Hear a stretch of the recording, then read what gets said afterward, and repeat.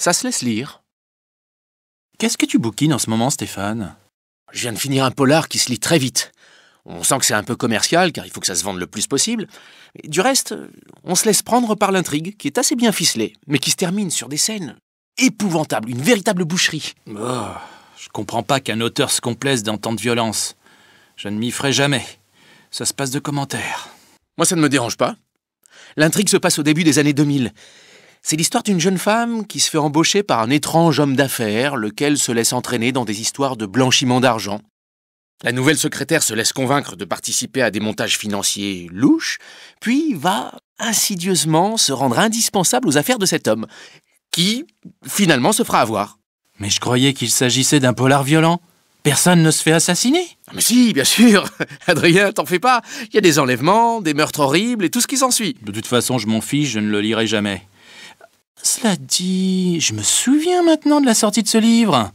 L'auteur s'était rendu célèbre en refusant le prix qu'il s'était vu offrir. Je n'en reviens pas d'ailleurs qu'il se soit fait encenser à ce point. Que veux-tu? Si les auteurs n'avaient pas besoin de publicité, ça se saurait. Bon, il se fait tard. Il faut que je me remette au travail. Une chronique littéraire. Que pensez-vous de cette nouvelle collection de livres, Antoine? Eh bien, il s'agit d'un projet éditorial de grande ampleur, qui s'avère des plus intéressants. Pourtant, au début, les auteurs s'étaient fait critiquer. Ils s'étaient fait taxer de démagogie. Cela se comprend, Nadia, car le premier ouvrage de la collection s'inscrit dans la tradition de la biographie romancée. La question se pose donc de savoir si la tâche à laquelle les auteurs se sont attelés se verra appréciée par un public de non-spécialistes. Certes, mais cette remarque s'applique à tout ouvrage de vulgarisation. Chapitre 2, page 9. Un documentaire troublant. Thomas, vous avez regardé un film pour nous. De quoi s'agit-il? Eh bien, Nadia, il s'agit d'un documentaire retraçant la vie d'un avocat d'affaires. Il va de soi qu'une infime partie de la réalité a été abordée. En particulier, il manque des éléments cruciaux concernant les relations entre cet avocat et ses clients. Du reste, il n'est pas exclu que cela ait été délibéré afin de préserver le secret professionnel. Est-il exact que certaines scènes aient été filmées à l'insu des participants? Il semble que cela soit le cas. Je n'en ai pas la preuve, mais c'est ce qui se dit. D'ailleurs, il se dégage de ce film une étrange impression de malaise, car il se peut que l'avocat n'ait pas été blanc comme neige. En revanche, il n'y a pas lieu de douter du sérieux ni de l'indépendance de la documentariste qui, paraît-il, a suivi une solide formation de journalisme d'investigation. À ce propos, il me revient à l'esprit une remarque qui nous a été faite l'autre jour par une auditrice. Comment se fait-il qu'après ce genre de documentaire, il ne soit pas décidé de procéder à de nouvelles enquêtes? C'est à la justice de le faire. Il n'en reste pas moins que ce film permet de découvrir les arcanes d'un monde auquel le grand public n'a généralement pas accès. Il est d'ailleurs troublant, pour ne pas dire effrayant, de pénétrer dans ce milieu. Rumeur. T'es au courant? Il paraît que Bernard Lambert, le directeur commercial, a quitté l'entreprise. Personne ne sait ce qui s'est passé, mais il semble bien qu'il ait été accusé de malversation. Ça ne m'étonne pas du tout. Il se trouve que je connais bien l'une de ses collaboratrices. Or, d'après elle, il existait depuis plusieurs mois déjà de forts soupçons sur les agissements de Bernard Lambert. Il est probable qu'il a donné sa démission avant qu'il ne soit trop tard. Il aurait été désastreux pour l'image du groupe de voir le scandale éclater. À mon avis, il aura été convenu entre la direction et Lambert de régler les choses à l'amiable et discrètement. T'as lu le communiqué des ressources humaines? C'est assez confus, mais il en ressort qu'il n'y a pas lieu de faire de commentaires. C'est toujours la même chose. Il suffit qu'il y ait une accusation grave pour que l'entreprise prétende qu'elle n'y est pour rien. Maintenant, il s'agit d'attendre la réaction des collègues de Lambert. Il n'y avait qu'à voir la tête de Christophe l'autre jour pour deviner que Lambert n'était probablement pas le seul à être impliqué. Je me demande ce qu'il adviendra de cette équipe. Eh ben, il se passe des choses louches dans cette entreprise. Chapitre 3, page 12. Une dispute. Tu ne vas pas encore remettre à la semaine prochaine le déjeuner avec Farida et Stéphane. Ça passera mal. Ils risqueront d'être vexés. Tu ne manques pas de toupet. Je passe mon temps à préparer des dîners pour tes amis et pour ta famille et ça sert à rien. Maintenant, je vais passer pour égoïste. C'est le comble. Chaque fois que nous parlons de Farida et Stéphane, ça finit en dispute. Et là, ça n'a pas manqué encore une fois. Elsa, ça sert à rien de nous disputer. Ça me servira de leçon. À partir de maintenant, Guillaume, je fais ce que je veux. Tu te passeras de moi pour faire la cuisine. J'en ai marre de passer après tout le monde. Et puis, je n'ai pas le temps de faire de dessert. Je peux pas passer ma vie à faire la cuisine. On se passera de dessert, ça n'a aucune importance. Calme-toi. Tu me fais passer pour ce que je suis pas, comme si je te martyrisais. Mais tu vas pas te remettre à m'accuser? Elsa, c'est terrible, on n'en finit pas de se disputer. Et pourtant, on peut pas se passer l'un de l'autre, non? Un film nul. Je n'ai pas vu le nouveau film de Joseph Cambier qui passait la semaine dernière. Tu l'as vu, Gauthier? Ouais, mais tu n'as rien raté, Elodie. Ce film est nul. Passons déjà sur le titre, Super Crack, qui est complètement ridicule. C'est une histoire de science-fiction qui se passe parmi des humains et des robots. Il ne manque aucun des ingrédients du mauvais film. Les personnages n'en finissent pas de s'entretuer dans des scènes qui ne servent qu'à montrer des effets spéciaux. Tu vois le genre? C'est vraiment bizarre, parce que le cinéaste passe plutôt pour un intellectuel engagé. Il s'est souvent servi du cinéma pour dénoncer des injustices ou des atteintes aux droits de l'homme. À mon avis, c'est plutôt qu'il ne manque pas une occasion de faire parler de lui. J'ai l'impression qu'il est passé de l'amour des idées à celui du fric. Oh, c'est tout de même quelqu'un qui ne manque pas de talent. Quel dommage. Ce type de film ne lui servira pas, au contraire. Cela risque de le desservir auprès de la critique. Non, il reste à voir si les spectateurs passeront sur les défauts de ce film. Rien n'est moins sûr. Le public est généralement d'une cruauté et d'une inconstance qui se passe de commentaires. Tu as raison. Mais il serait bienvenu que les cinéastes sachent se remettre en cause. Espérons que Cambier se remettra à faire des films de qualité. Chapitre 4, page 15. Une surprenante reconversion. Dis Valérie, t'as entendu que Patrice s'apprêtait à franchir le pas? Il a fini par se décider à quitter la ville et à s'installer en pleine campagne pour faire du bio. Oui, Maxime, j'ai eu vent de cette histoire. Quelle mouche l'a donc piqué? Eh bien, comme son entreprise battait de l'aile depuis longtemps, il s'attendait à être licencié un jour ou l'autre. C'est ce qui s'est produit. Il a commencé par empocher de bonnes indemnités. Mais qu'est-ce qu'il va faire de son appartement à Paris? Il n'a pas tardé à le vendre. Il m'a dit n'avoir eu aucun mal à trouver un acquéreur. J'avais toujours pensé que Patrice se refuserait à quitter la ville. Oui, mais cette fois, les circonstances lui ont permis de se jeter à l'eau. Sais-tu où il compte s'installer? Il m'a expliqué avoir choisi la Bourgogne, quelque part dans le Morvan. Oh, il me tarde de le voir pour le taquiner un peu. Il va falloir qu'il apprenne tout. Il sait à peine ce qu'est un jardin. Patrice en train de cultiver des poireaux. On aura tout vu. Il est clair qu'il lui faudra déployer une sacrée énergie. Je me demande s'il se rend compte des efforts qu'il aura à fournir et de la réalité de la vie d'agriculteur. Il m'a promis de me parler de son projet en détail. Il réussira peut-être. Après tout, qui ne risque rien n'a rien, comme on dit. Il est caractériel. Finalement, Laurent, j'ai proposé à Xavier de participer à notre réunion de demain. T'as du courage, Cédric. Moi, je ne me serais pas risqué à l'inviter. Il est caractériel, il finit toujours par saper le moral de toute l'équipe. Le problème, c'est que si je ne l'invite pas, je m'attends à une vive, si ce n'est violente réaction de sa part. Ce qui serait contre-productif au bout du compte. Tous ceux qui participent à la réunion sont des vieux de la vieille. Ils n'hésiteront pas à s'affronter à lui, surtout s'il commence à leur expliquer par A plus B ce qu'il faut faire. Tout cela ne tardera pas à tourner au vinaigre.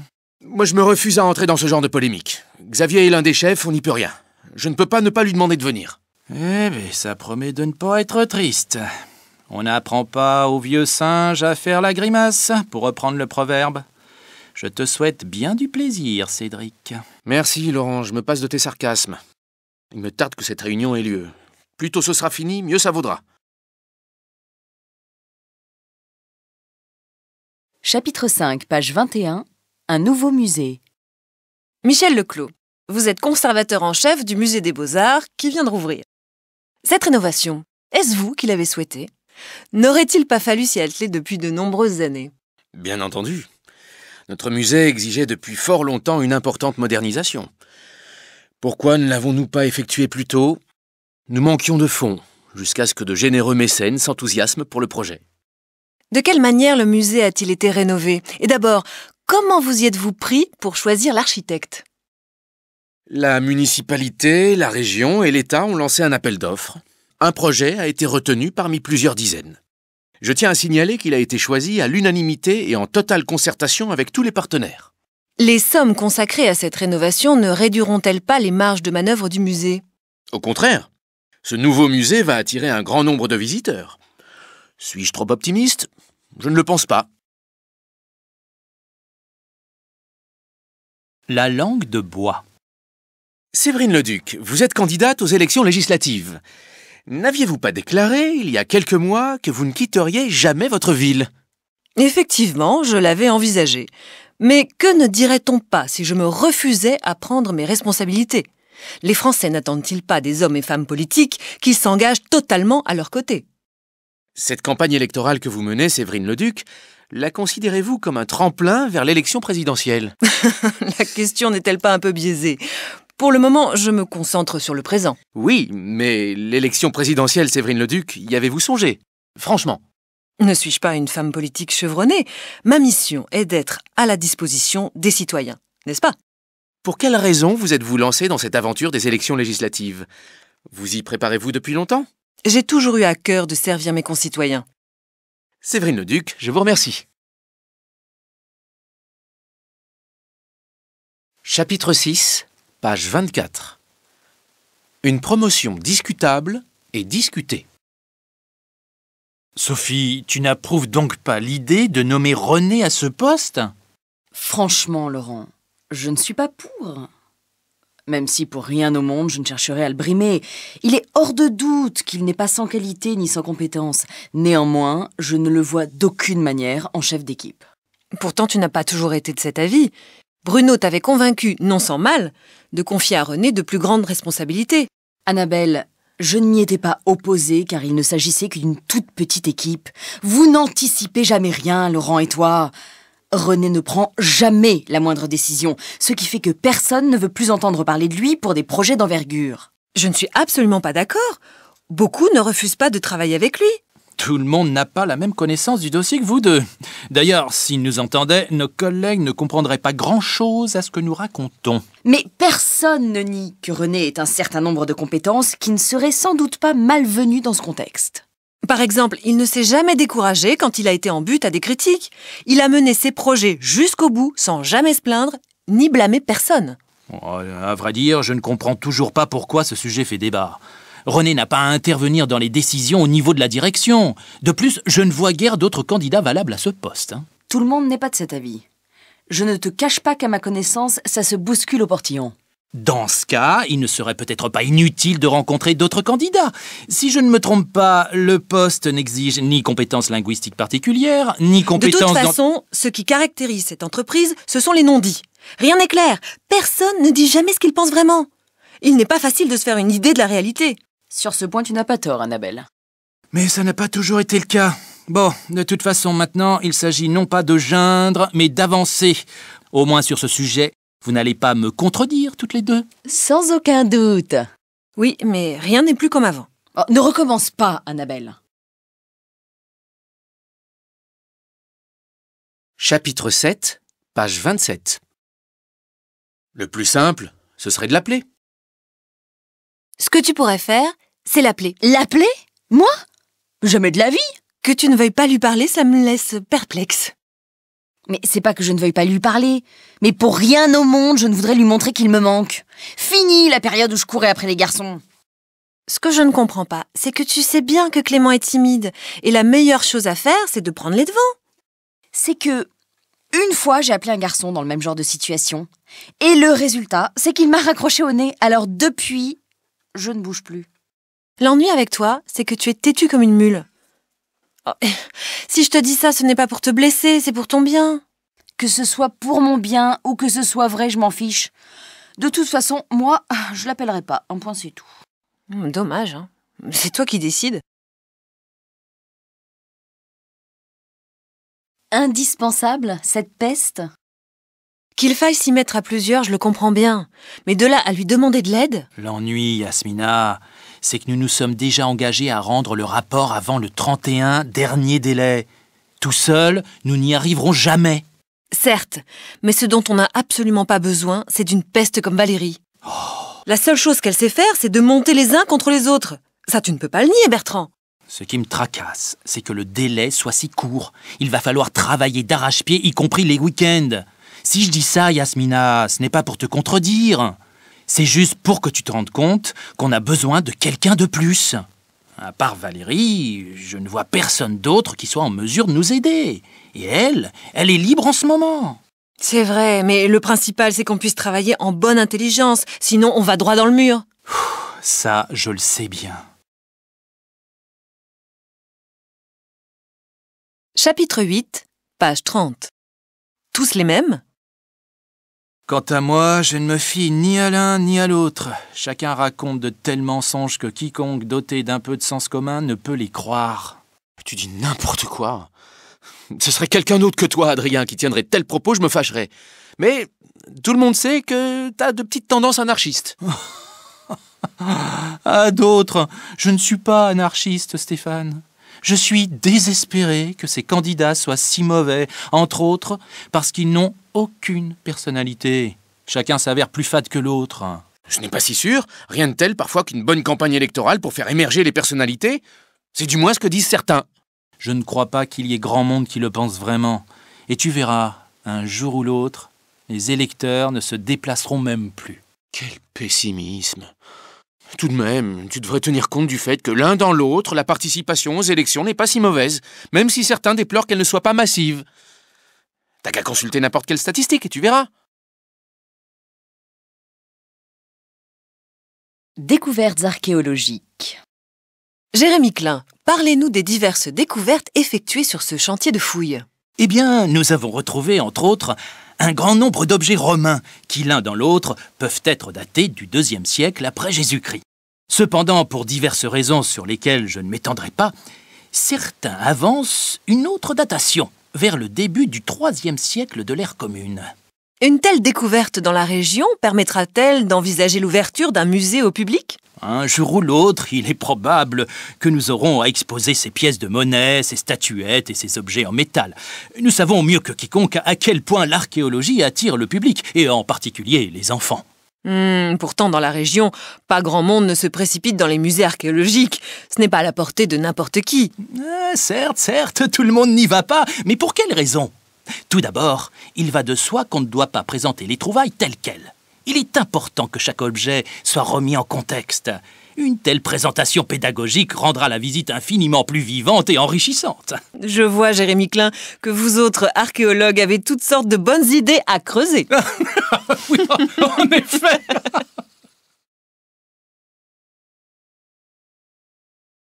Chapitre 9, page 36. Au volant. Ce qui me renverse, c'est que tant de gens qui prétendent bien conduire ne se rendent pas compte qu'au moment où ils téléphonent en voiture, ils mettent en danger la vie des autres. Tout comme il est dangereux de conduire en écoutant de la musique à fond. Mais j'en connais qui ne s'en privent pas. Moyennant quoi, on ne s'étonne plus de voir tant d'accidents. Il existe un élément dont on parle peu, et qui pourtant devrait faire débat. C'est le fait que ce sont les hommes qui provoquent le plus d'accidents graves. Comme quoi, on a toujours des surprises. Quand on voit la manière dont les femmes se comportent au volant... Espèce de macho. Il y a des moments où je te taperais dessus bien volontiers. Et moi qui osais dire que les femmes pouvaient être agressives. Ce que tu as dit, c'est qu'elles conduisaient mal. Ce qui t'étonnait, c'est que ce ne soit pas elles qui provoquent le plus d'accidents. C'est la façon dont tu l'as dit qui m'a énervée. C'est le ton qui fait la chanson, ma chère Véronique. Dur métier. Ce château, devant lequel nous nous trouvons et près duquel quelques batailles décisives ont eu lieu, c'est celui où le roi recevait... Pourquoi riez-vous ? Il n'y a pas de quoi rire. Dame, vous en connaissez, vous, des rois ? Ah, Thibaut, c'est intelligent. Si tu faisais attention à la manière dont tu formules tes questions. Dame, regardez, il y en a qui grimpent aux arbres. Il y a des moments où j'ai vraiment envie de changer de métier. Il y a de quoi. Mais ne te tracasse pas. Tu en auras toujours qui s'en ficheront et d'autres que les visites intéresseront. Écoute, ce pourquoi on se bat, c'est l'ouverture d'esprit, la culture. Au train où l'on va, on n'arrivera même pas à entrer dans le château. Qui plus est, il y a des élèves devant lesquels je ne sais même plus quoi dire. Monsieur, c'est quoi ce truc ? Ce truc, comme tu dis, c'est une statue en marbre à laquelle l'artiste a consacré une grande partie de sa vie.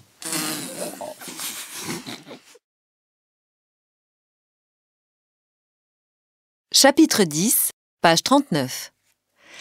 Ah, les enfants.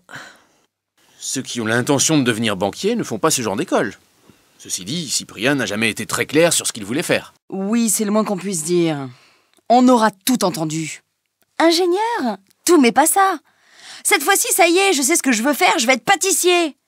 Celui qui pourra me dire ce que Cyprien a décidé de faire dans la vie n'est pas encore né. Il changerait encore d'avis que cela ne m'étonnerait pas. Cela étant dit, il faudra bien qu'il se décide un jour ou l'autre. Ça commence à bien faire. Et ne parlons pas de son frère. Ce que va faire Bastien après avoir raté ses examens reste un mystère. Mon pauvre chéri, que veux-tu, c'est comme ça. Oui, mais... Cyprien tient un peu de ton père, soit dit en passant. Ça alors, pourquoi est-ce que tu fais allusion à mon père? Ça n'a strictement rien à voir. Changeons de sujet, comme ça on va pas se disputer. Ça y est, vous avez fini de parler de moi? Comment ça? T'écoutes aux portes maintenant? Qu'à cela ne tienne, tu vas pouvoir nous dire ce que tu veux faire. Finalement, c'est la banque qui t'intéresse, non?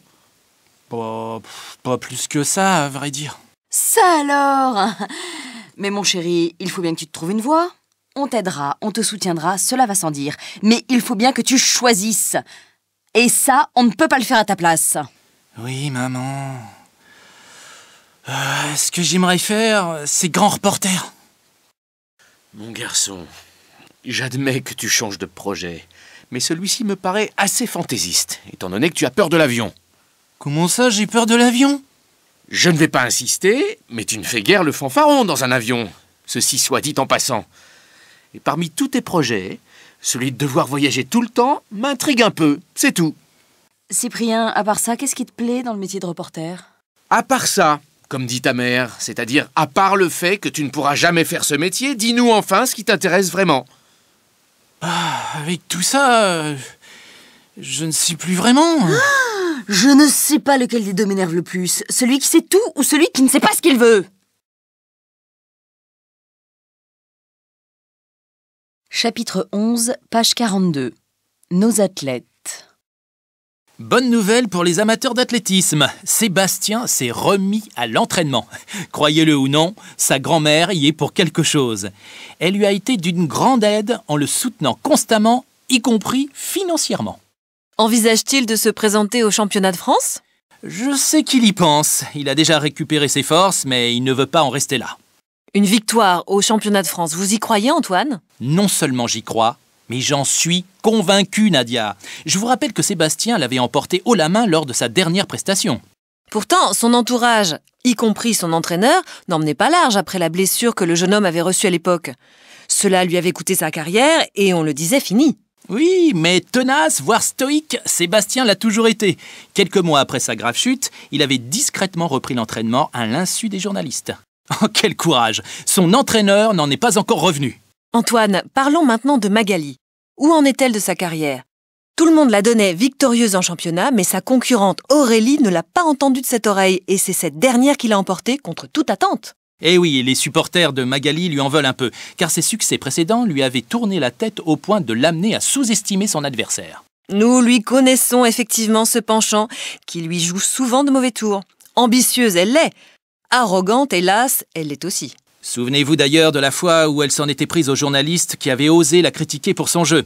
Certains de nos confrères l'avaient mal pris, et Magali avait été obligée de présenter ses excuses pour ne pas envenimer la situation.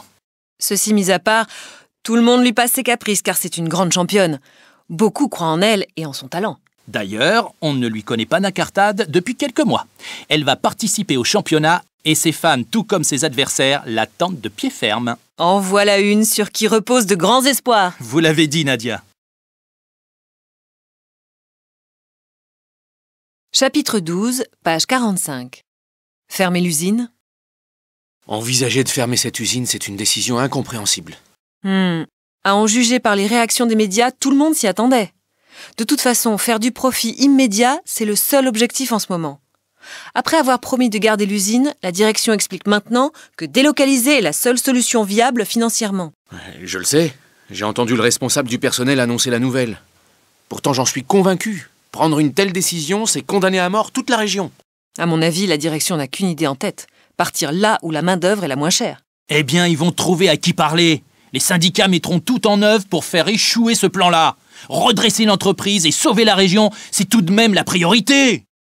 D'accord, mais où trouver de nouveaux clients? Faute d'avoir développé des produits innovants, l'entreprise a perdu des parts de marché. Et dire que les syndicats avaient déjà alerté la direction sur cette faiblesse, c'est à se taper la tête contre les murs.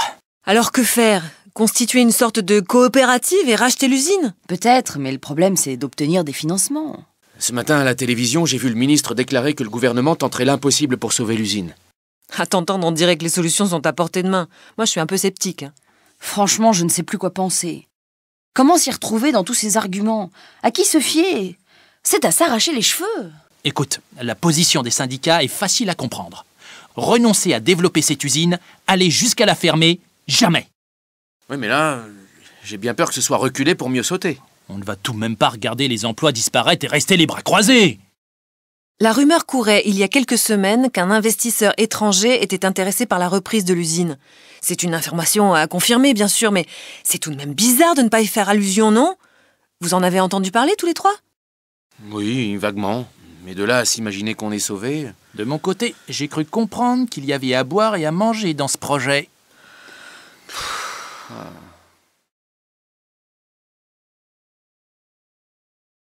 Chapitre 13, page 51.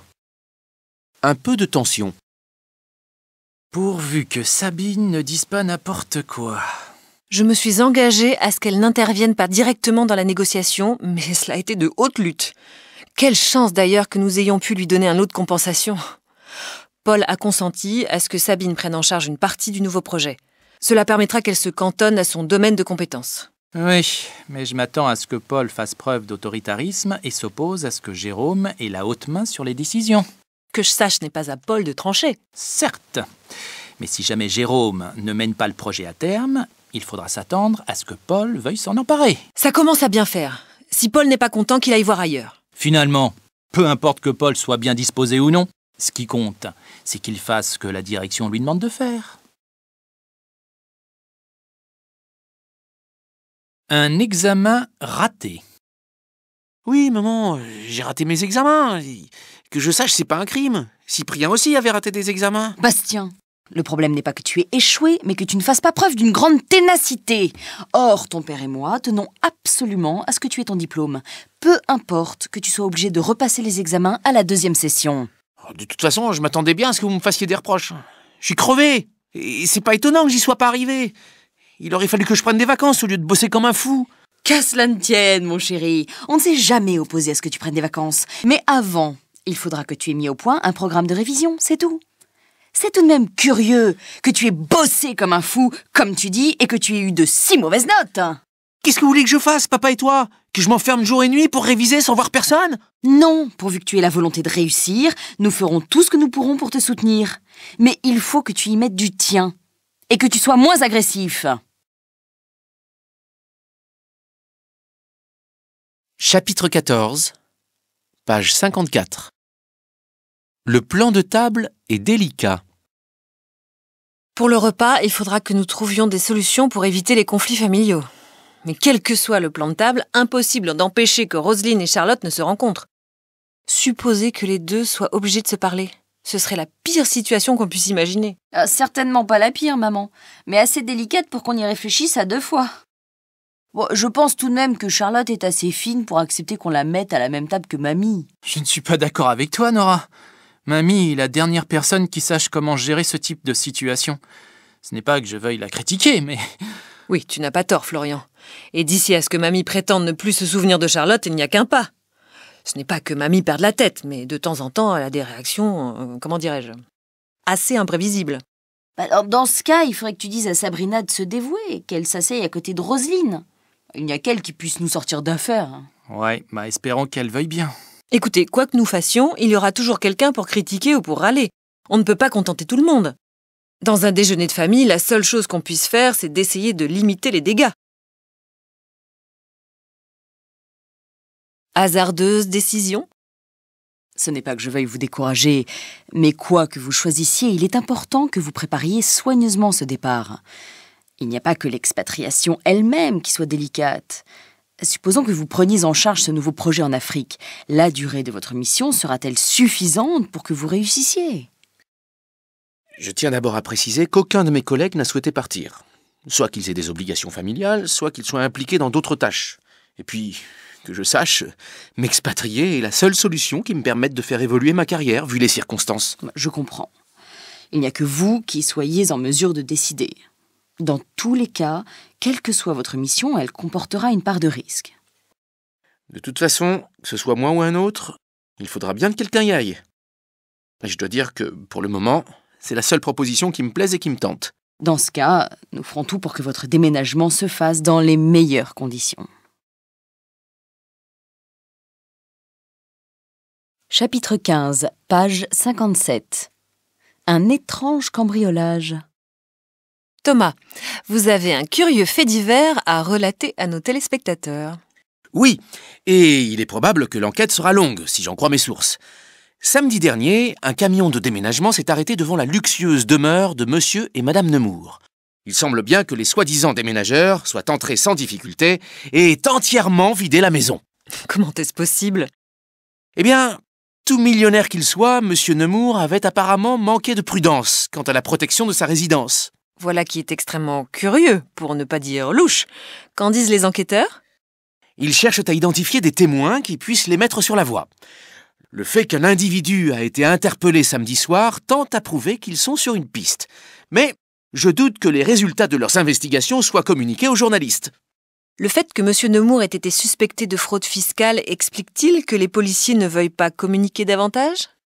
Certes, Nadia, il est probable que toutes ces affaires sont liées. Aucune piste ? Le fait qu'il ne soit pas connu dans la région plaide en sa faveur. J'admets que c'est effectivement un point positif pour lui. Il n'empêche que je ne comprends pas qu'il ne puisse pas préciser où il se trouvait à l'époque. S'il était innocent, il me semble qu'il répondrait à nos questions sans hésiter. Étant donné ses rapports avec la victime, tu te doutes bien, Franck, que même s'il avait su quelque chose, il ne nous aurait rien dit. Il est vraisemblable qu'il n'est pas impliqué directement. Mais il est peu probable qu'il n'ait pas eu conscience qu'il se tramait quelque chose d'étrange autour de la victime. Moi aussi, Rémi, je doute qu'il n'ait pas quelque chose à voir de près ou de loin avec cet étrange cambriolage. Ce serait bien qu'on puisse mettre la main sur un témoin qui veuille bien dire ce qu'il a vu. Je suis d'accord. D'ailleurs, le fait qu'il y ait si peu de témoins me paraît louche. À l'heure où le cambriolage a eu lieu, on se doute que quelqu'un a bien pu entendre ou voir quelque chose. Il est peu vraisemblable qu'aucun voisin ne se soit rendu compte de quoi que ce soit. J'admets qu'on peut trouver normal qu'un camion de déménagement s'arrête devant la porte de la maison, mais on comprend mal que personne ne se soit demandé pourquoi les Nemours déménageaient. Chapitre 16, page 60. Du remue-ménage dans la famille. J'ai obtenu que Nora vienne avec Selim et que tous les deux dorment à la maison. Je pense que ce serait plus facile pour eux. Tu as raison, maman. C'est important qu'ils se sentent acceptés, surtout pour Selim. Oui, Charlotte. Je crois que je peux maintenant les inviter sans que ton grand-père proteste. Il est temps que papy admette que Nora est grande et qu'elle a le droit d'avoir un petit ami. Je suis bien d'accord avec toi. Mais tu sais comment est ton grand-père, qui regrette parfois que la morale ne soit plus ce qu'elle était. Il faut reconnaître à sa décharge qu'il y a eu tellement de bouleversements dans la famille qu'il n'a pas été ménagé, quelle qu'ait été sa relative ouverture d'esprit. Grégoire qui vient avec un copain, jusqu'à ce qu'on découvre que c'est son petit copain. Cécile qui a décidé de divorcer, et Audrey qui change de petite amie comme de chemise. Charlotte! Mais c'est la vérité, maman. Audrey a décidé qu'elle mènerait sa vie comme elle l'entend, et le moins qu'on puisse dire, c'est qu'elle le fait. Charlotte, est-ce que cela te choquerait par hasard? Cela m'étonne que tu réagisses aussi vivement. Pas du tout. Cela ne me choque ni ne me dérange qu'elle veuille être enfin libre. D'une certaine manière, je comprends que ton grand-père se sente un peu dépassé. Mais il a bon cœur, je suis sûre qu'il accueillera Nora et Selim à bras ouverts. Je parie même que cela lui ferait plaisir de les voir plus souvent. Tu ne crois pas? Il est toujours difficile de deviner ce qu'il pense au fond de lui. Mais je suis d'accord avec toi qu'il a un petit faible pour Nora. Elle l'a toujours menée par le bout du nez sans difficulté. Ce que papy regrette finalement, c'est que tout le monde ne vive pas comme lui, ne pense pas comme lui. N'exagérons pas. Quelles que soient ses opinions, il fait souvent preuve d'une plus grande tolérance que bien des jeunes. Il ne faut pas généraliser, mais je suis souvent étonnée de voir des réactions plutôt conservatrices dans ta génération. Alors qu'au même âge, nous ne recherchions que l'émancipation. Tu vois, maman, tu fais comme papy. C'était mieux de mon temps.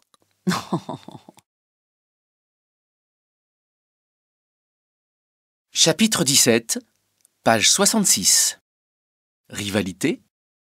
Excuse-moi, Émilie, je t'ai interrompue. Tu étais en train de travailler. Qu'est-ce que tu faisais? Je finissais de préparer des photos pour mon exposé. Un peu plus, j'allais oublier d'envoyer les documents à temps.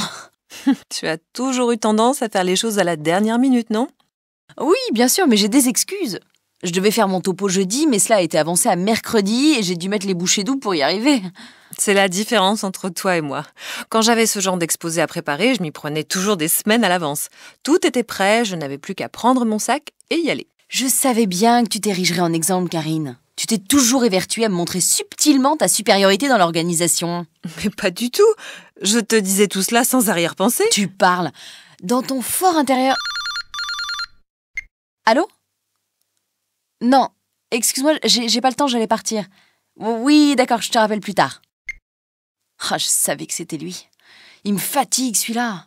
Avant, il m'appelait le matin et il me réveillait à chaque fois. Ensuite, il a changé de tactique, il a commencé à m'appeler dans la journée. C'est du harcèlement, ma parole. Oh, bon, de quoi parlions-nous? De ton topo que tu n'as pas encore fini de préparer. Au fait, c'était qui? Augustin, je l'ai connu à la fac il y a quelques mois. J'ai toujours su que ce serait un homme. Et moi qui croyais que tu étais toujours trop gentille avec les garçons, tu as bien changé. Eh ben oui, avec le temps, j'ai fait quelques progrès sur ce sujet. Avant, j'avais tendance à ne pas oser dire non parce que je pensais que les garçons ne s'intéresseraient plus à moi. Et puis j'ai découvert que c'était pratiquement le contraire. Ça, pour moi, c'est difficile. Tu vois, on parlait des différences de caractère. Eh ben, j'ai toujours été un peu trop sérieuse dans mes cours, en tout cas plus que toi. Je connaissais beaucoup de gens, mais j'ai toujours eu du mal avec les garçons. Toi, c'est le contraire, tu as toujours eu plein de garçons autour de toi. Je crois que je t'envie un peu. Et moi qui ai toujours cru que tu me considérais comme une jolie idiote. N'importe quoi. Je ne t'ai jamais prise pour une cruche. C'est plutôt toi qui me regardais de haut car tu as toujours été plus jolie que moi. Ah bah je vois que la dispute n'est pas près de finir.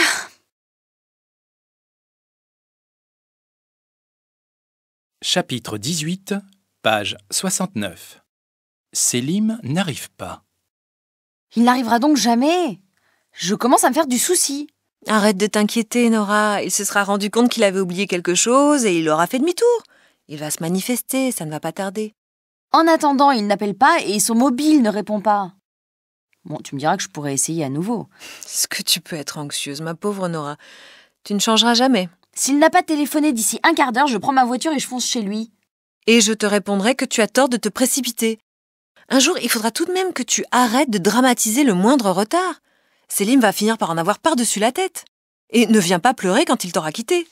Tu es gonflée, Charlotte. C'est toi qui dramatises. Tu verras le jour où toi, tu seras amoureuse si tu ne réagis pas comme moi. Eh ben, on n'a pas fini de discuter. Car moi, jamais je ne réagirai ainsi. Si enfin j'ai un homme dans ma vie, je lui laisserai sa liberté. C'est le minimum. Bon, ça, on en reparlera. Hein. L'avenir du livre. Selon certaines études, on dit que le livre aura complètement disparu d'ici quelques années. C'est une vision de cauchemar. Si dans 10 ans le livre a disparu, je me jette par la fenêtre. Enfin, c'est une manière de parler, bien sûr. Calme-toi, Adrien. La technologie évolue si vite que dans quelques années surgiront de nouveaux outils. Tu seras le premier à t'en servir. Bon, plutôt crever. Tu connais ma passion pour le livre. Je la garderai toujours. Tu me diras, Stéphane, que je suis un vieux réactionnaire, conservateur, démodé. Ben, je m'en fiche. Imagine que les gens lisent davantage grâce aux livres électroniques. Tu ne vas pas me dire que c'est une catastrophe. Non, bien sûr. Mais je ne changerai pas d'avis. Je reste convaincu que le livre va rester un objet fondamental. On ne pourra jamais s'en passer. Ça, qui vivra verra. Chapitre 19, page 72. Si c'était moi... Je serais à la tête d'une pareille entreprise, je me préoccuperais d'abord de la qualité des produits. On dirait que la direction s'en fiche complètement. Tu ne t'en sortirais pas forcément mieux. Tu crois vraiment que tu aurais toutes les compétences et que tu saurais prendre les bonnes décisions ? En tout cas, je commencerai par consulter les responsables de la qualité. Il semblerait qu'en ce moment, personne ne leur demande leur avis. Il faudrait tout de même le faire, non ? J'aimerais bien t'y voir. Il n'y aurait pas que la qualité à prendre en considération. Qu'est-ce que tu ferais de l'aspect financier ? Tu ne saurais même pas lire un rapport comptable. D'après ce que je sais, les ventes commenceraient à chuter. Ce qui serait logique si la qualité baisse. Eh bien, tu devrais changer de métier et devenir le patron. Je suis certain que j'aurais été un bon gestionnaire. Tu sais que je devais reprendre l'entreprise de mon père. Finalement, ça ne s'est pas fait pour toutes sortes de raisons. En fait, je me serais beaucoup investi si j'en avais eu la possibilité. Tiens, qui arrive ? On dirait Léon. Ah non, c'est Laurent. C'est bizarre, j'aurais juré que c'était Léon. Bonjour Yasmina. Salut Gilles, j'aurais voulu savoir si tu pouvais passer à mon bureau ce matin.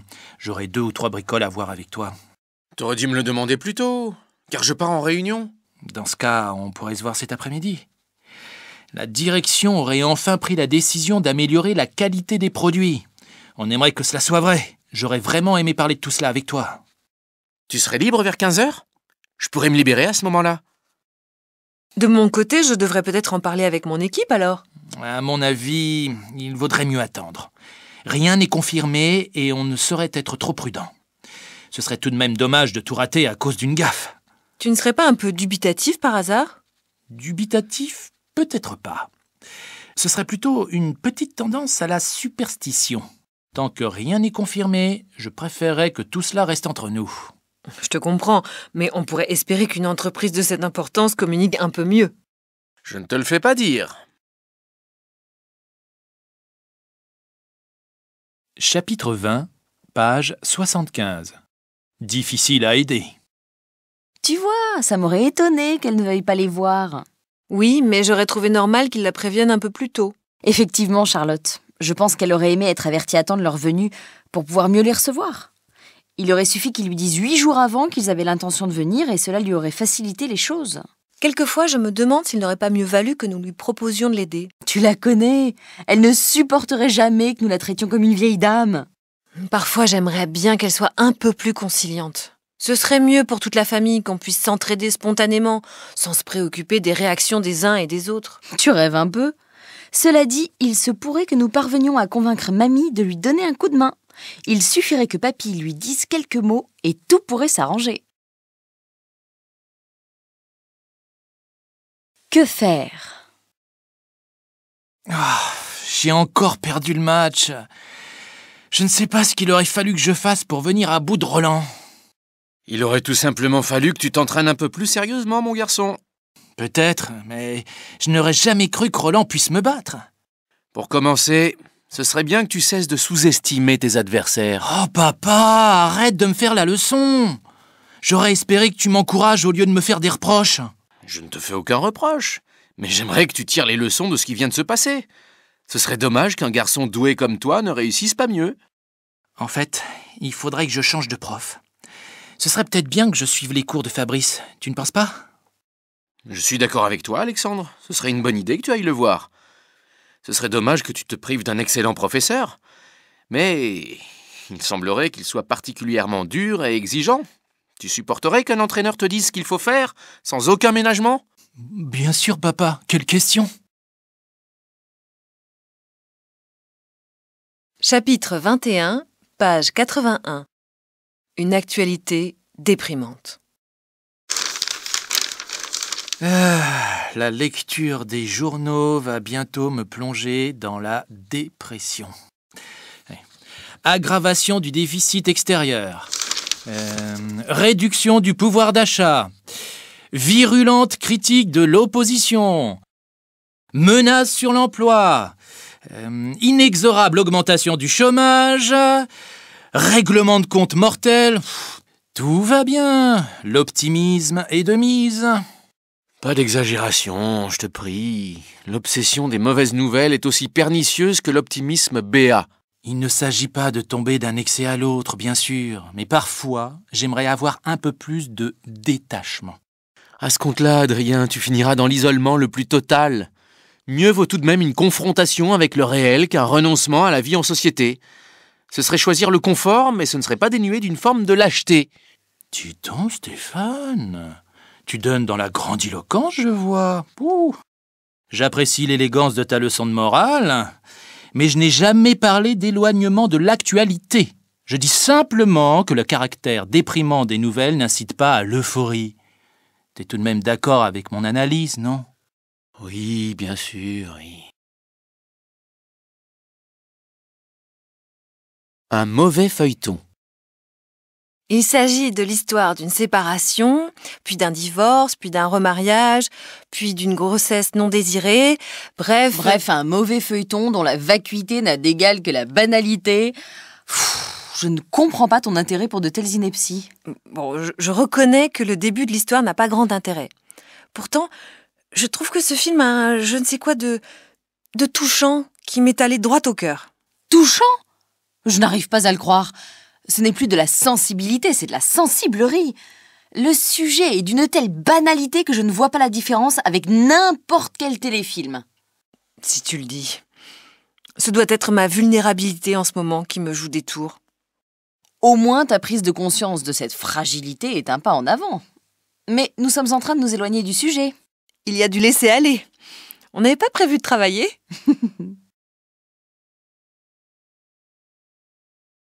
Chapitre 22, page 84. Une grande dame. Tu as vu que Germaine Fleury, âgée de 95 ans, vient de tourner dans un nouveau film français? Oui, c'est une grande dame du théâtre et du cinéma qui est encore dans une forme olympienne.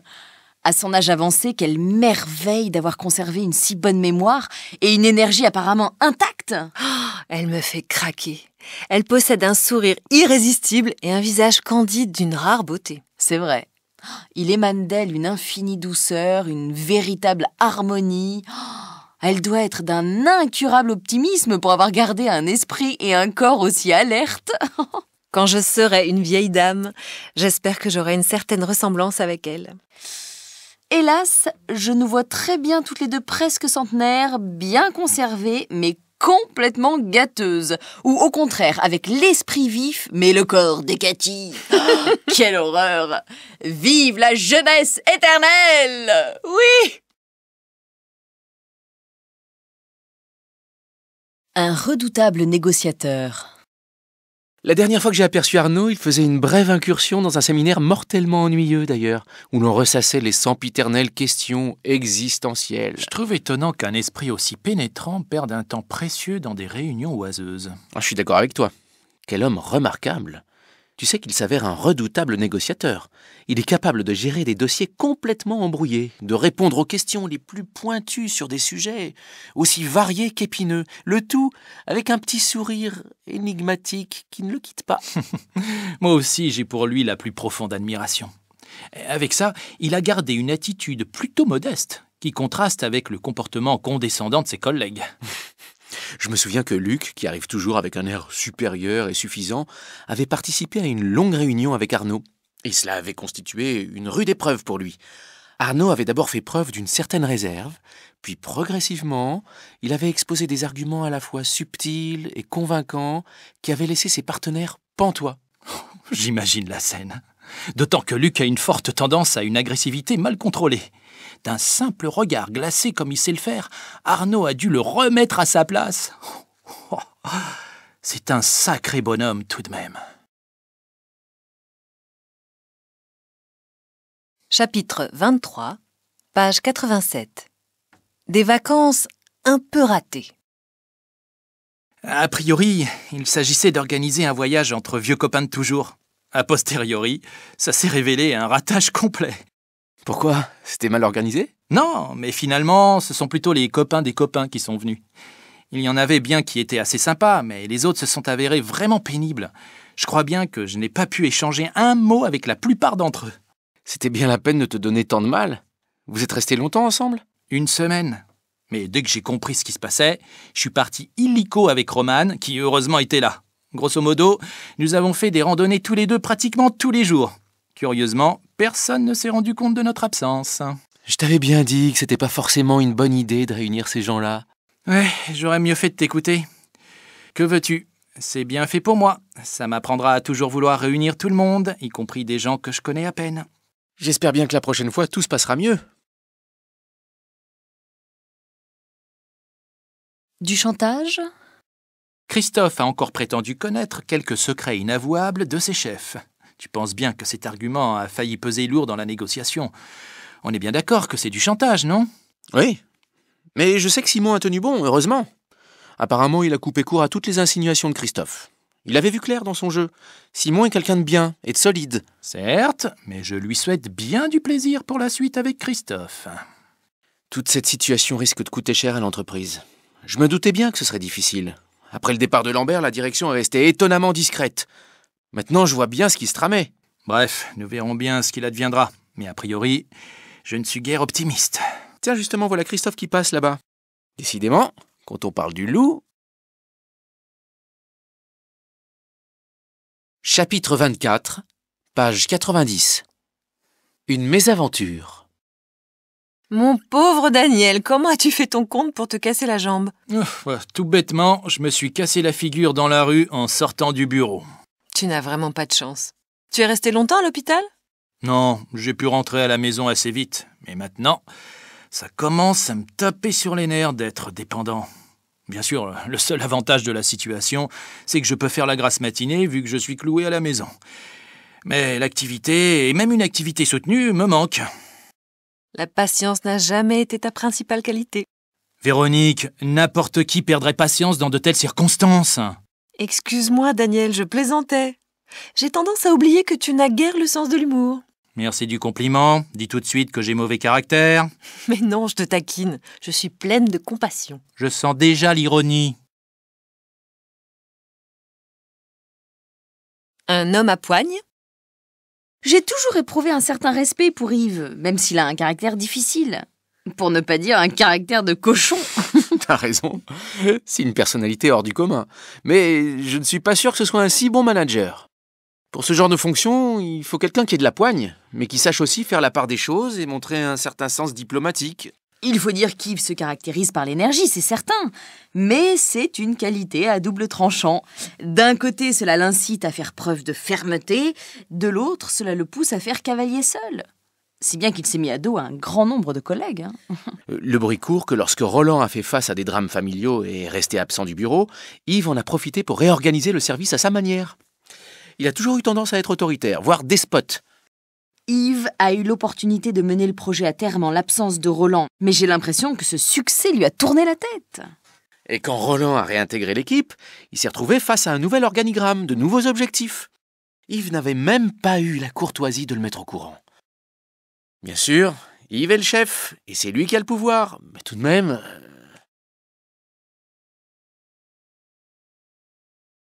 Chapitre 25, page 93. Un bureau de ministre. Waouh, dis donc, mon cher Arnaud. Une cheminée en marbre, une table en acajou, un lustre en cristal. C'est un vrai bureau de ministre que tu as là.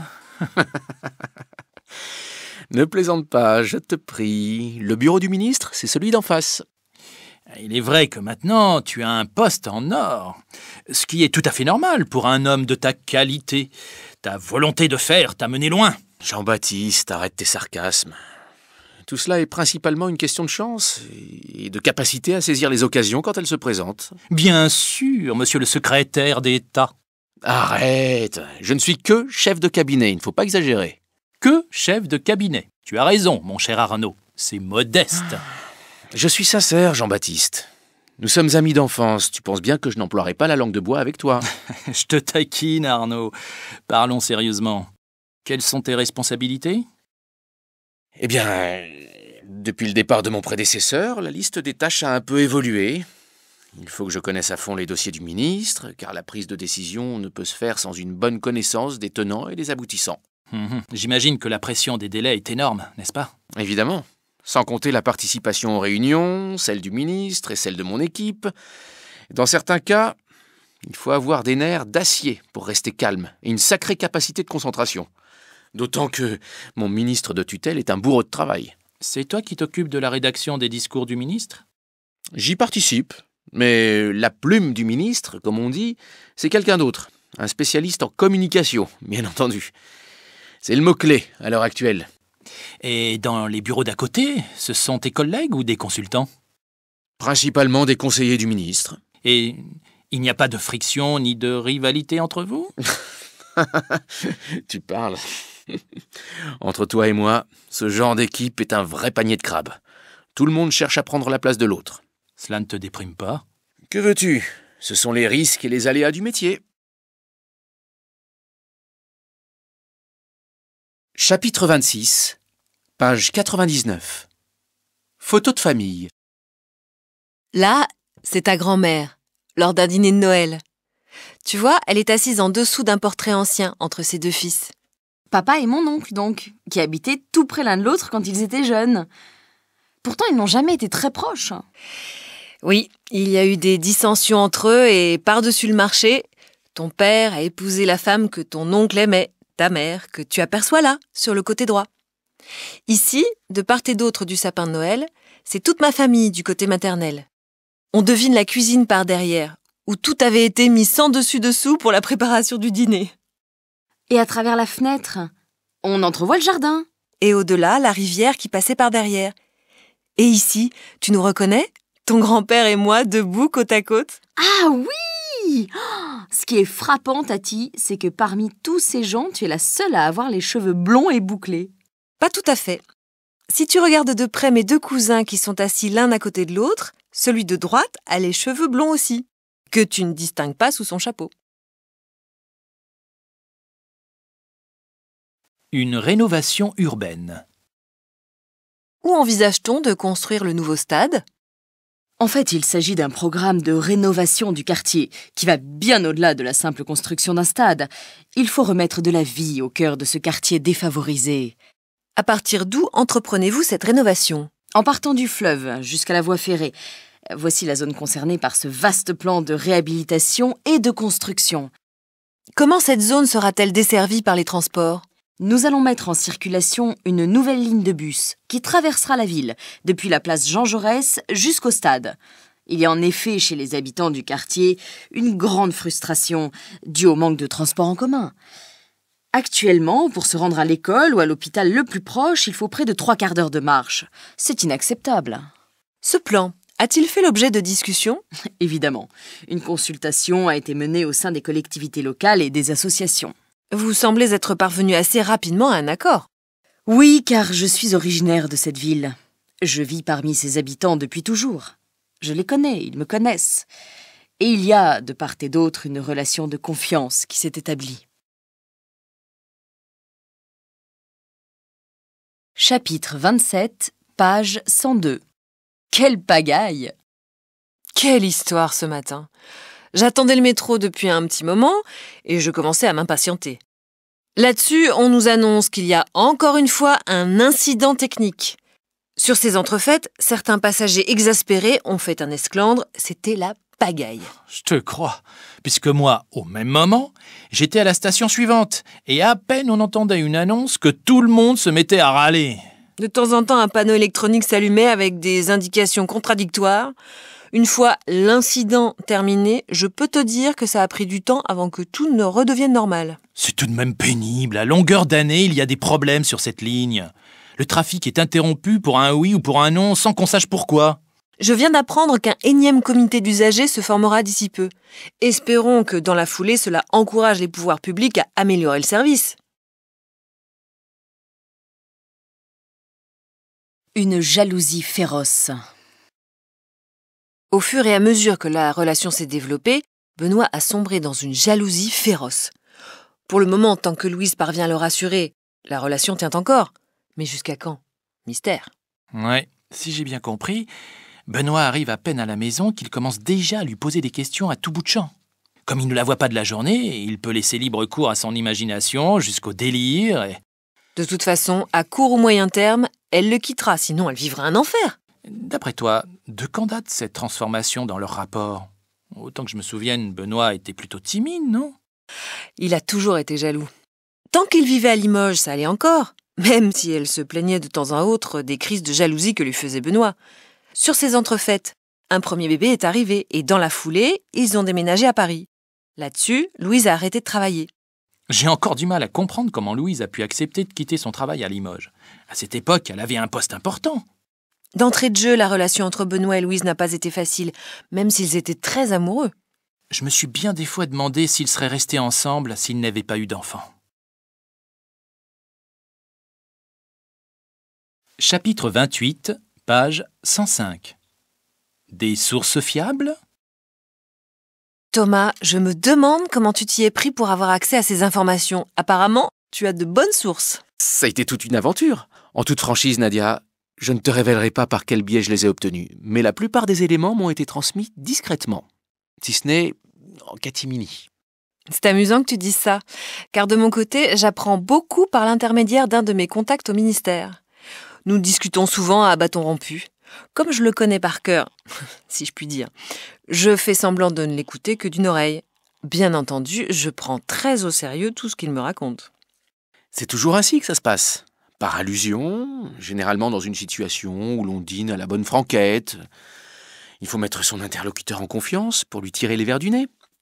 Cela dit, certaines informations sont à prendre avec des pincettes. Il faut rester très prudent. Tu as raison. Et le pire, ce sont les rumeurs qui se transmettent de bouche à oreille. Je m'en méfie comme de la peste. Tant que rien n'est confirmé ou écrit noir sur blanc, je n'en tiens pas compte. Certes, c'est tout un art. Et il faut procéder par élimination et par recoupement. De plus, nous courons le risque que nos informations soient utilisées à mauvais escient. Et à ce moment-là, nos relations avec nos sources peuvent s'arrêter net. Une enquête policière. Les policiers semblent mener leur enquête tambour battant, mais ils ne parlent à la presse qu'à mots couverts. Antoine, vous avez tout de même obtenu quelques informations par le biais de vos informateurs. Oui, Nadia, je parlerai sans détour. Il s'agit d'une très curieuse attaque à main armée. En effet, tout a été mis sans dessus-dessous dans l'appartement du millionnaire. Les malfaiteurs se sont introduits sans effraction dans l'appartement, mais une arme à feu a été retrouvée sur place. Comment sont-ils parvenus à entrer malgré les systèmes de sécurité ? Auraient-ils donc pénétré par ruse ? Au fait, comment sait-on qu'ils étaient plusieurs ? Les analyses de l'ADN retrouvées sur place vont dans ce sens. Les enquêteurs travaillent d'arrache-pied pour rassembler tous les éléments possibles. Quelques suspects sont-ils déjà dans le collimateur des policiers ? Une première piste a tourné court, mais vu l'ampleur du vol, les enquêteurs sont déterminés à employer les grands moyens pour retrouver les malfaiteurs, y compris avec l'aide de leurs collègues européens. Chapitre 29, page 108. Des flopées de touristes. Madame le maire, la présence de très nombreux touristes constitue une source fort importante de revenus pour votre ville. Quelle politique d'accueil avez-vous mise en place ? Vous avez raison. Les touristes affluent, puisque nous recevons en moyenne 4 millions de visiteurs par an, dont une bonne moitié d'étrangers d'ailleurs. Tant que ça. Et pourtant, il semble que la majorité d'entre eux se cantonnent aux monuments les plus connus. Savez-vous combien explorent vraiment la ville ? En effet, peu de touristes, et malheureusement nous n'en connaissons pas le chiffre exact, se risquent hors des sentiers battus, ce qui est regrettable. Si les vacanciers étaient un tant soit peu curieux, ils s'aventureraient davantage dans les recoins secrets de la ville, qui regorgent de merveilles. Bien des gens se contentent d'une visite rapide, donc superficielle. Ne faudrait-il pas revoir de fond en comble votre politique d'accueil des touristes ? Il faut du moins l'améliorer. En particulier, nous allons mettre en place de nombreux circuits attrayants, incitant les visiteurs à mieux parcourir la ville. Malgré les efforts consentis, beaucoup reste à faire, et je ne vous cache pas qu'une pile de dossiers m'attend. Madame le maire, je vous remercie. Un artiste prolifique. Dis donc, c'est bourré d'objets d'art chez toi. Tiens, qu'est-ce que c'est que ça ? C'est une sculpture faite par un copain artiste. C'est une personnalité aussi originale que prolifique. Il a des idées à revendre, même si parfois il crée des objets un tantinet excentriques. Et encore, celui-ci est relativement classique. Ton copain est connu ? Maintenant, oui. Mais il n'a pas toujours eu du succès, tant s'en faut. Au début, il a été copieusement critiqué. Mais maintenant, la majorité des experts en art le respectent. J'imagine qu'il n'a pas pléthore de clients. Au contraire, désormais il a des clients en veux-tu en voilà. L'autre jour, il me disait qu'il commençait à crouler sous les commandes. Ça me fait plaisir pour lui. Comme quoi, un véritable artiste finit toujours par être apprécié et reconnu par une bonne partie du public.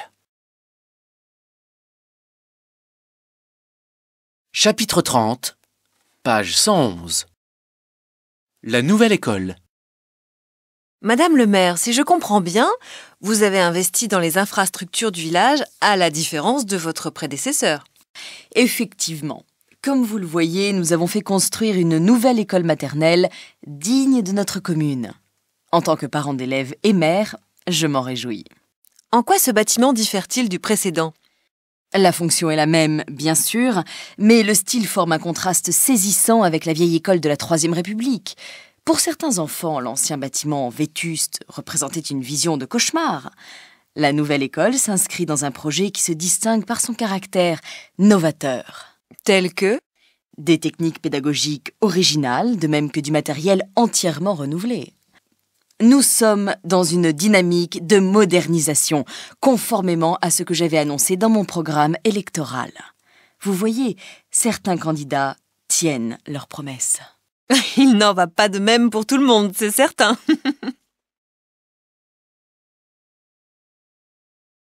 Encore des conseils. Héloïse m'a donné un nombre considérable de judicieux conseils dont je n'avais aucun besoin, comme pour bien me montrer que je n'étais pas capable de me débrouiller toute seule. Tu devrais faire ceci, pas cela, et tout à l'avenant.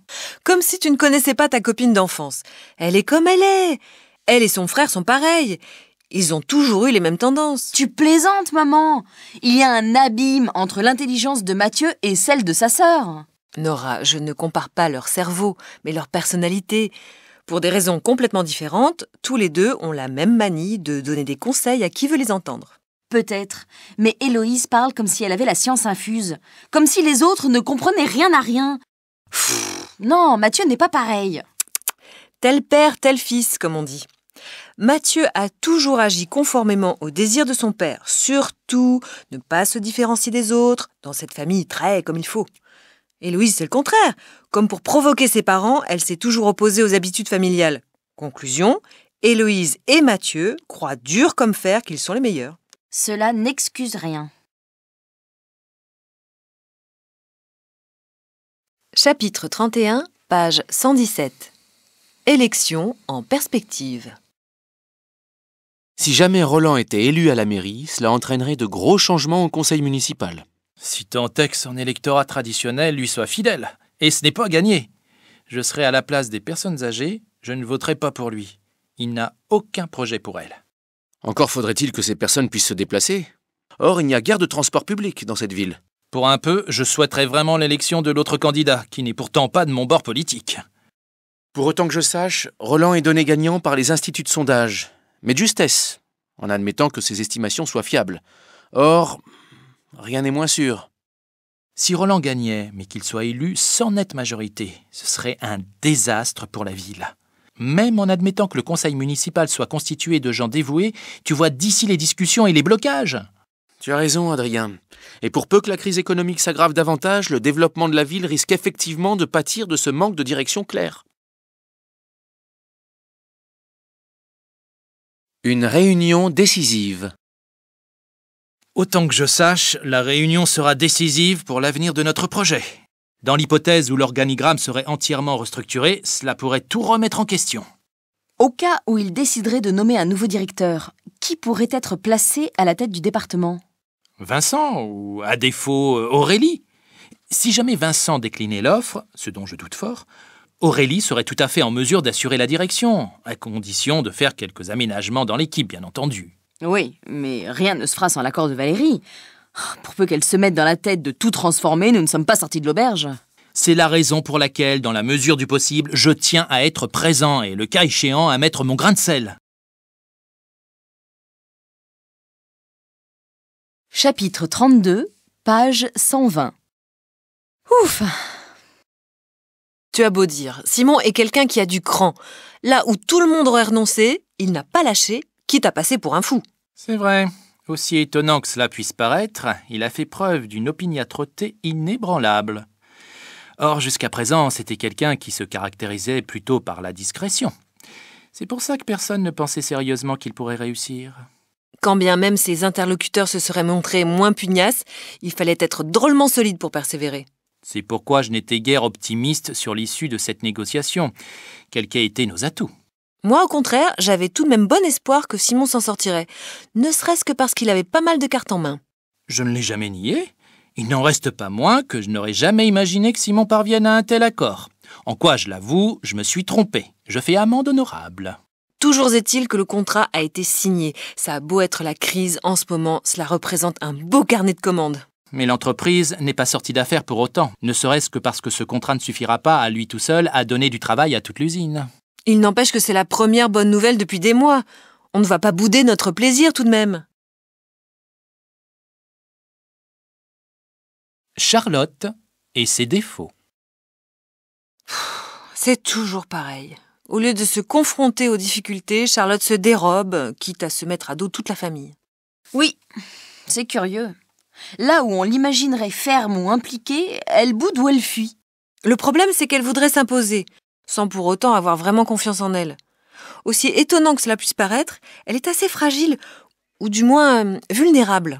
Il n'empêche qu'elle se trompe lourdement en ne venant pas samedi. Ne serait-ce que pour venir embrasser ses cousins. Tu sais, Nora, Charlotte a beau être ma fille, je connais ses défauts. Quitte à te surprendre, je dirais qu'elle manque singulièrement de courage, alors que pour d'autres choses, elle tient de moi. Au demeurant, elle a de grandes qualités, c'est certain. Lesquelles, Tati? Chapitre 33, page 123. Une pièce controversée. Antoine et Thomas, vous avez vu la pièce de théâtre. Comment se fait-il qu'elle n'ait pas obtenu le succès escompté? Eh bien Nadia, si effectivement cette pièce a connu un relatif échec, ce n'est pas que le public ne se soit pas rendu compte de sa qualité, mais plutôt qu'il n'a pas été séduit par la mise en scène. D'accord, Thomas, mais cela n'explique pas tout. Rien qu'à entendre certains spectateurs, on se demande si le sujet n'a pas dérangé le public. Moi j'étais allé la voir par curiosité. Et compte tenu des critiques que j'avais lues, j'ai été agréablement surpris. Pour la simple et bonne raison que j'ai un faible pour le metteur en scène. Néanmoins, je reconnais que le sujet est sombre, voire tragique, et de ce fait, n'a pas attiré les foules. Il est certain qu'on n'éclate pas de rire à chaque réplique, c'est le moins qu'on puisse dire. En effet, d'ailleurs quand j'y suis allé, la salle était à moitié vide. Pourtant, d'après le directeur du théâtre à qui j'ai parlé, ce n'est pas faute d'avoir fait de la publicité. La brouille. Comment ça se fait qu'ils ne se soient pas réconciliés? À force de se contredire l'un l'autre, ils en sont arrivés à se déchirer. Rien qu'à entendre Cédric, on comprend qu'il ne veuille plus avoir affaire à Xavier. Tu sais d'où vient ce ressentiment? Selon Cédric, cela vient du complexe de supériorité de Xavier, qui se croit tout-puissant. Et d'après Xavier? Ce serait Cédric qui, par orgueil, n'aurait pas reconnu ses erreurs. Xavier était encore vert de rage d'en parler. Il n'a pas changé. Il m'énerve à toujours dramatiser, à exagérer la gravité des choses. Conclusion, il est difficile de se faire une opinion. Tu as essayé de les rapprocher? À quoi bon? Je n'y arriverai jamais, d'autant que la situation risque d'empirer. Et pour cause. Qu'est-ce que tu veux dire par là? À force de flatterie, Xavier vient d'obtenir de ses chefs un poste que Cédric convoitait depuis plusieurs années. En désespoir de cause, Cédric a décidé de s'expatrier. D'autant qu'il déteste la flagornerie et qu'il n'est pas prêt à faire des concessions. Au moins, le problème diplomatique sera réglé. Ceci dit, par curiosité, j'aimerais bien savoir si Xavier ne se mettra pas d'autres collègues à dos. Chapitre 34, page 126. Un résultat prometteur. Qu'est-ce qui vous a conduit à vous intéresser à ce phénomène? Nous avions déjà mené quelques études qui s'étaient, hélas, soldées par un échec, à telle enseigne que nous pensions nous être fourvoyés. Finalement, il aura suffi d'une petite expérience bien conçue pour remettre le processus en route. Comme quoi, il ne faut jamais renoncer. Du moins, en cas d'échec, nous devons toujours nous remettre en cause de façon à tirer les leçons de nos erreurs. Ici, c'est précisément l'analyse de quelques dysfonctionnements qui nous a aidés à trouver des solutions. Le processus auquel vous faites allusion ouvre-t-il la voie à de nouvelles découvertes biologiques? Il est un peu trop tôt pour en être sûr. De toute façon, le succès de l'expérience nous incite à persévérer dans cette direction jusqu'à, qui sait, une véritable percée scientifique. Au point de révolutionner nos connaissances? Ce serait trop beau pour être vrai. Je n'irai donc pas jusque-là, mais les conclusions auxquelles nous sommes parvenus sont très encourageantes. Aussi avons-nous lancé de nouvelles expériences et nous espérons qu'elles produiront leurs fruits. Réunion politique agitée. Comment s'est passée la réunion? C'était à s'arracher les cheveux. Il y a eu des discussions à n'en plus finir. Tout le monde se querellait. Tant et si bien que ça a duré. Mais ça a abouti à quelque chose? À rien du tout. Chaque fois que Julie proposait une solution, cela déclenchait des protestations et des critiques, à tel point qu'il a fallu faire une interruption de séance pour rétablir le calme. Du coup, un grand nombre de décisions n'ont pas pu être prises. Je me demande pourquoi ce genre de réunion occasionne de tels incidents. Eh oui, même si l'ordre du jour n'était pas particulièrement polémique, de fil en aiguille, d'autres sujets ont été abordés, et cela a déclenché des controverses assez violentes. C'est toujours la même chose. Il suffit d'un mot malheureux pour déchaîner les esprits. Comme quoi, il faut toujours faire attention à ce que l'on dit. Chapitre 35, page 129. La recette de maman. Dis maman, comment est-ce que tu prépares la tarte tatin? Viens là que je te montre. Tu vois, je fais fondre le beurre dans le plat, puis j'ajoute du sucre. Je fais cuire de telle manière que cela devienne un beau caramel. Je pourrais aussi acheter du caramel prêt à l'emploi. Si tu veux, mon chéri, mais le but c'est tout de même de faire une vraie tarte. Si tu la prépares toi-même, ce n'est pas pour qu'elle soit industrielle. Ensuite, tu places les pommes épluchées de manière à former une couronne. Ça a l'air difficile à faire. Tu plaisantes? Tu laisses cuire les pommes histoire qu'elles dorent un peu dans le caramel. Il faut que tu surveilles le feu pour qu'elles ne brûlent pas, sinon... La tarte tatin sera ratée. Finalement, tu ajoutes la pâte feuilletée. Fais en sorte de bien glisser la pâte sur les côtés. Tu laisses cuire 40 minutes environ et tu la sers tiède. Et pour que ce soit encore meilleur, je peux ajouter de la chantilly? De la chantilly ou de la glace à la vanille.